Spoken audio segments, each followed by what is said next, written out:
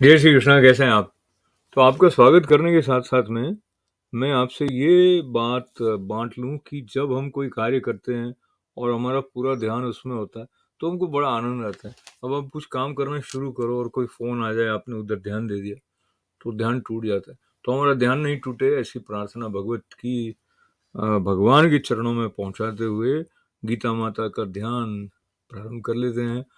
पार्थाय प्रतिबोधितां भगवता नारायणेन स्वयं व्यासेन ग्रथितां पुराणमुनिना मध्ये महाभारतम् अद्वैतामृतवर्षिणीं भगवतीम् अष्टादशाध्यायिनीम् अम्ब त्वामनुसन्दधामि भगवत् गीते भवद्वेषिणी। तो गीता माता की जय जयकार करने के साथ साथ ये जो ध्यान है, ये हमारे लिए एक बड़ी बहुमूल्य औषधि भी है और हमारा संबल भी है और हमारी शक्ति भी है। ध्यान के द्वारा, जैसे अगर हम समझें कि ध्यान कोई एक वृक्ष है जिसमें ऐसे फल लगते हैं जो हमें सृजनशीलता भी देते हैं, संतोष भी देते हैं, आह्लाद भी देते हैं, आनंद भी देते हैं और साथ ही साथ उसके साथ एक में एक कर देते हैं जिसकी ओर हमारा ध्यान होता है। तो इसलिए भगवत ध्यान करने की महिमा को बारंबार अपने हृदय में धारण करते हुए 16वां जो अध्याय आज उसका समापन, उसका उपसंहार होने वाला इन 2 श्लोकों के साथ में। गीता माता में कुल 18 अध्याय हैं, 700 श्लोक हैं और उसमें से जो 16वां अध्याय जहाँ तक हम 1 जनवरी से अब तक पहुंचे हैं, उसमें 24 श्लोक हैं। उसके जो अंतिम 2 श्लोक हैं उनको हम आज स्पर्श करने वाले हैं, उन पर थोड़ा ध्यान करने वाले हैं। तो 23वें श्लोक से प्रारंभ करते हैं। यह शास्त्र विधिमुत्सृज्य वर्तते काम कारतः न स सिद्धिमवाप्नोति न सुखम न पराम गतिम। बात पहले आई थी कि नरक के 3 द्वार हैं, काम, क्रोध और लोभ, और जो नरक के द्वार हैं उनसे बचने की आवश्यकता और उसके महत्व के बारे में भी कल जो 21वें 22वें श्लोक से हमने थोड़ा बहुत जाना था, उसको आगे ले जाते हुए भगवान शास्त्र की महिमा बता रहे हैं। अब शास्त्र क्या है? तो कहते हैं भाई जिससे हम शासित हों वो शास्त्र है।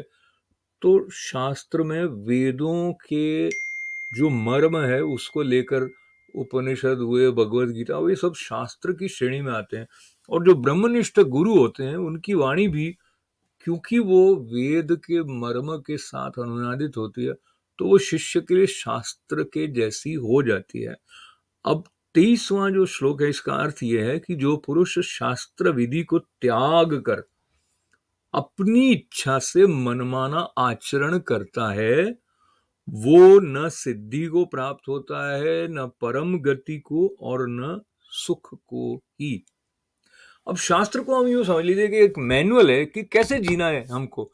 बेस्ट तरीका जो जीने का है उसका मैनुअल, वो विधि शास्त्र हमको बताता है। इसको आप किसी यांत्रिक वस्तु के साथ जोड़ कर देख लीजिए।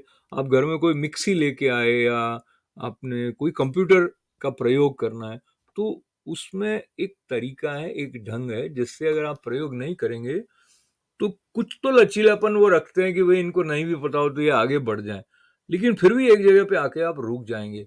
तो अगर कोई समझिए कंप्यूटर एक जगह से उसको आप प्रेस करते हैं, वहां से वो ऑन होता है। आप कहें नहीं मुझे यहाँ नहीं प्रेस करना है, मुझे तो इसके आगे ही प्रेस करना है, मुझे तो इसकी स्क्रीन पे ही प्रेस करना है, मैं तो मनमाने ढंग से इसको चलाऊंगा क्योंकि ये मालिक है कि मैं मालिक हूँ, इस प्रकार का मतलब विनोद के साथ सोचें। तो अगर कोई उसी तरह प्रेस स्क्रीन पे करते जाएंगे तो क्या होगा, हम उसकी कल्पना कर सकते हैं।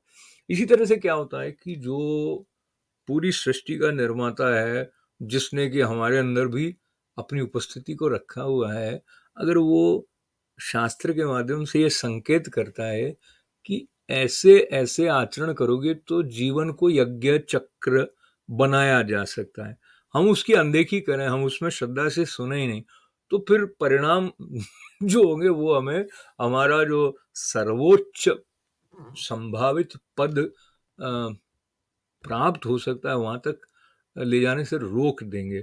तो वही बात इसमें भगवान ने कही है कि जो मनमाना आचरण करते हैं वो सिद्धि को भी नहीं प्राप्त होते हैं, सुख को भी प्राप्त नहीं होते हैं, क्योंकि फिर वो क्या करते हैं, वो सोचते हैं कि इंद्रिय सुख ही सर्वोपरि है, मुझे इसके बाहर तो कुछ सोचना ही नहीं है। और इसके बाहर की जो बात है वो अव्यावहारिक है, इस प्रकार का तर्क कई बार आ जाता है। तो उससे शास्त्र के प्रति भी एक अश्रद्धा के भाव से अगर बौद्धिक रूप से पढ़ भी लेते हैं तो भी उसका जो रस है ना वो नहीं मिल पाता है।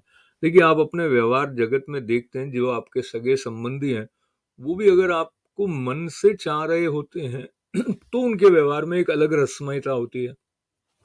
फिर वो अपने अंदर पूरा झांक के आपकी मदद करने के लिए जो करना उनके लिए संभव है वो सब करेंगे, वरना वो उतना रख देंगे कि भाई काम चल जाए। तो शास्त्र तो मतलब अनंत का ज्ञान लेके बैठे हुए हैं, तो हम शास्त्र से छल करेंगे तो शास्त्र तो वैसे ही आ, छलिया की जो सिरमौर है श्री कृष्ण भगवान, उस लीला की दृष्टि से देखें तो उनके द्वारा निस्सृत ये जो वाणी है ये बिना श्रद्धा के खुलेगी नहीं। तो इतनी बात को पकड़ते हुए हम ऐसा करते हैं कि 24वें श्लोक की तरफ चल लेते हैं, जो कि 16वें अध्याय का अंतिम श्लोक है। कहते हैं कि तस्मात् शास्त्रम प्रमाणम ते कार्य व्यवस्थितौ ज्ञात्वा शास्त्र विधानोक्तम कर्म कर्तु मिहारहसि। और इस श्लोक का अर्थ है कि शास्त्र के अनुकूल कर्म करने की महिमा, उसकी प्रेरणा दे रहे हैं कि इसलिए तेरे लिए इस कर्तव्य और अकर्तव्य की व्यवस्था में शास्त्र ही प्रमाण है। ऐसा जानकर तू शास्त्र विधि से नियत कर्म ही करने योग्य है। तो किसी बात का प्रमाण कहाँ है कि शास्त्र में है।